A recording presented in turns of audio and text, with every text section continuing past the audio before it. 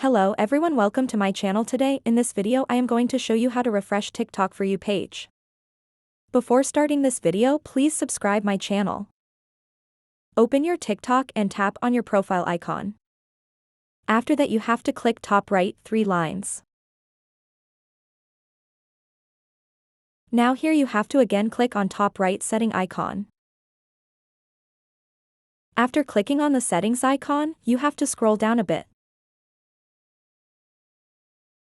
After scrolling down, click on Contact Performance. When you click on this here on the third number, you will get an option Refresh Your For You page. Click on it. Here you have to click on Refresh Your For You page. After that, you have to click on Continue here at the bottom. Now here you have to select any one option. Now you can see the For You page has been refreshed. In this way you can refresh the For You page in TikTok. Thanks for watching this video.